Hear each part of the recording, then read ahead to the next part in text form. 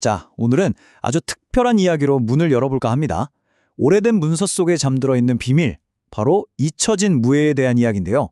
검과 창이 난무하던 옛 전장에서 고작 등나무를 엮어 만든 방패 하나로 어떻게 살아남을 수 있었을까? 그 비밀을 지금부터 함께 풀어보겠습니다. 정말 흥미진진할 거예요. 바로 이 그림이 그 단서입니다. 조선시대에 만들어진 종합 무예교본, 무예도보 통지에 실린 등패보의 한 장면이죠. 근데 여러분 한번 상식적으로 생각해 보자고요. 이 방패, 재료가 등나무거든요. 식물 줄기요. 이걸로 시퍼런 쇠날을 막는다?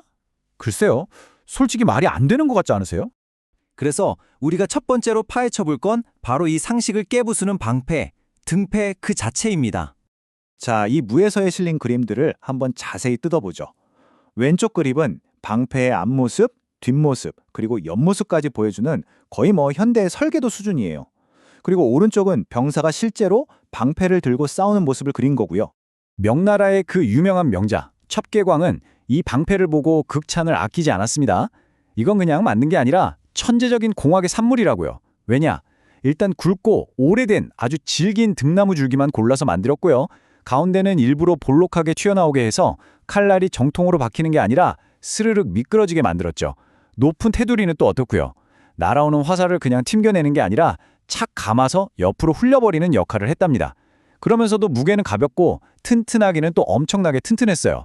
안쪽에 달린 고리 두 개는 격렬하게 싸우다가도 절대 놓치지 않게 꽉 붙잡을 수 있게 해주었고요. 근데 여기서 정말 놀라운 기록이 하나 나옵니다. 조선 사람들이 이 방패로 조총을 막더라. 이건 정말 본받을 만하다. 와, 조총이요? 총 말입니다. 칼이나 창을 막는 것도 대단한데 심지어 당시에 총알까지 막아낼 정도의 방어력을 가졌다는 증언이 나온 거죠. 정말 대단하지 않나요?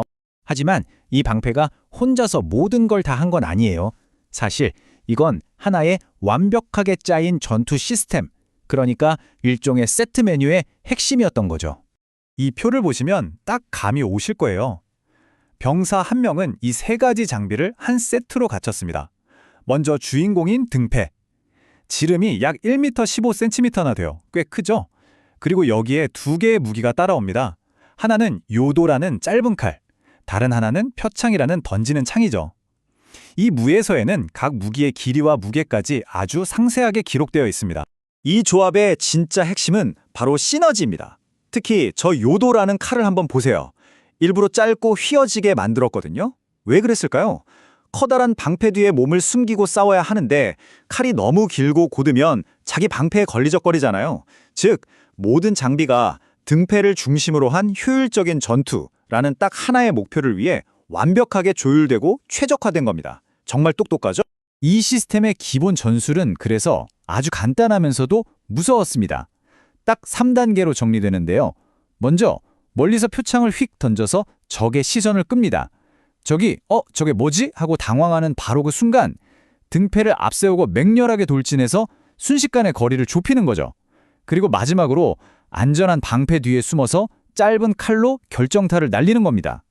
보병에게는 정말 최고의 전술이었겠죠. 자, 지금까지는 우리가 설계도랑 전략 같은 이론을 봤잖아요. 그럼 이제 이 정적인 그림들에 한번 생명을 불어넣어 볼 시간입니다. 이 무술, 과연 실제로 움직이면 어떤 모습이었을까요? 모든 것은 이 기수세, 즉 시작 자세에서 비롯됩니다. 칼은 머리 위로 번쩍 들고 방패로 온몸을 가린 채 조용히 숨을 고르며 상황을 살피는 거죠. 마치 폭풍전의 고요함처럼요. 그러다가 기회가 포착되면 이 약보세로 폭발적으로 튀어나가는 겁니다. 약포, 말 그대로 도약하는 걸음이죠. 그냥 터벅터벅 걸어가는 게 아니라 용수철처럼 몸을 날려서 순식간에 적과의 거리를 좁히는 아주 공격적인 움직임입니다. 적에게 생각할 틈조차 주지 않겠다는 거죠. 이 자세 이름이 참 재밌어요. 금계 반두세. 황금 수탉이 머리를 쪼는 자세라는 뜻입니다. 뭔가 날카롭게 콕 쪼아대는 공격이 연상되시죠? 이런 걸 보면 이 무예가 한 동작 딱딱 끊어지는 게 아니라 물 흐르듯이 부드럽게 이어지는 연속적인 몸짓이었다는 걸 짐작할 수 있습니다. 자, 그런데요. 이 무예서를 해독하는 게 단순히 그림 순서대로 따라하면 짠! 하고 완성되는 그런 간단한 문제가 아닙니다. 사실 여기에는 수많은 학자들의 머리를 아프게 하는 거대한 퍼즐이 하나 숨어 있거든요. 그 퍼즐의 정체는 이렇습니다. 우리가 지금 보고 있는 조선의 무해도보 통지가 사실은 완전한 오리지널이 아니라는 거예요. 이보다 약 200년 앞서 중국 명나라에서 나온 기효신서라는 책이 원조격인데 조선의 실정에 맞게 발전시킨 일종의 업그레이드 버전인 셈이죠. 근데 그 과정에서 그림 속 자세나 들고 있는 무기 같은 데서 미묘하지만 아주 중요한 차이점들이 생겨났습니다. 이 거대한 퍼즐을 푸는 가장 중요한 열쇠가 바로 분합이라는 개념입니다. 심지어 이건 책을 쓴 사람들이 서문에 직접 밝혀놓은 내용이에요.